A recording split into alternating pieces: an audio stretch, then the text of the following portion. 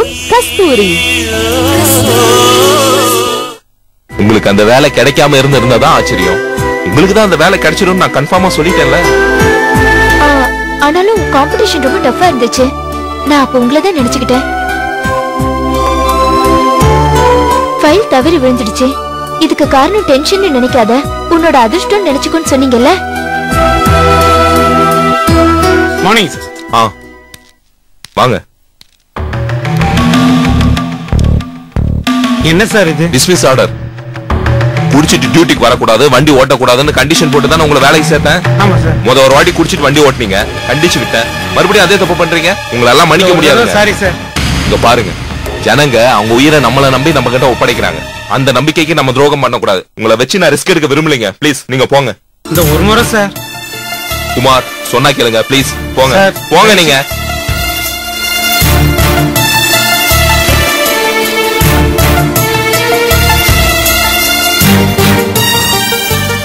Sorry Hema. சரி அதை விடுங்க. ஆமா, அப்பா எப்படி இருக்காரு?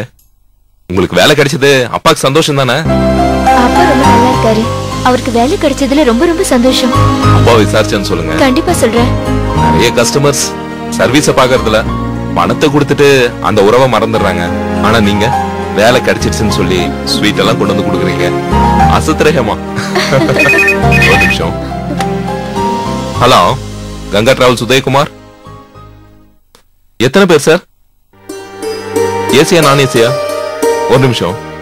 நீங்க ரொம்ப பிஸியா இருக்கீங்கன்னு நினைக்கிறேன். நீங்க உங்க வர்க்க பாருங்க, நான் கிளம்புறேன். Okay okay bye. Bye. Sir சொல்லுங்க சார். என்னைக்கு சார்?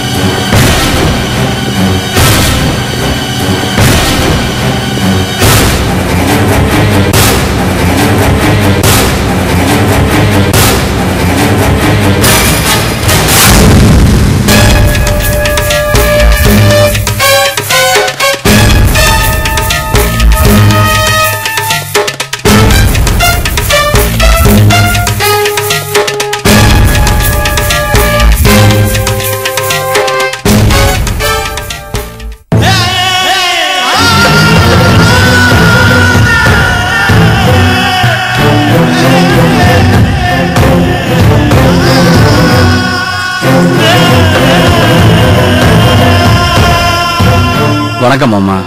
சொல்லு, என்ன விஷயம்? எப்படி மாமா இருக்கீங்க? சந்தோஷமா இருக்கேன். ஊர்ல ராஜா மாதிரி கம்பீரமா இருந்தேன்டா.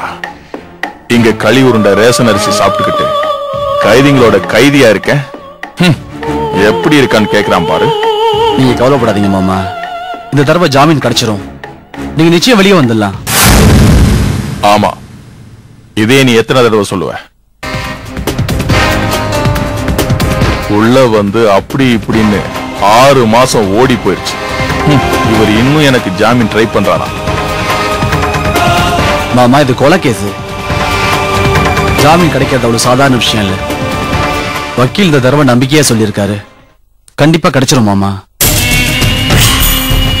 நீங்க கூடிய சீக்கிரம் வெளியே வரதான் போறீங்க. பழையபடி கம்பீரமா கௌரவமா நம்ம ஊர்ல தலை நிமிர்ந்து நடக்கதான் போறீங்க. என்ன இத சொல்லிட்டு போகத்தான் வந்தியா? இல்ல மாமா, இன்னொரு முக்கியமான விஷயம் இருக்கு. முதல்ல என்ன விஷயம் அத சொல்லு. நந்தினி எனக்கு தானே.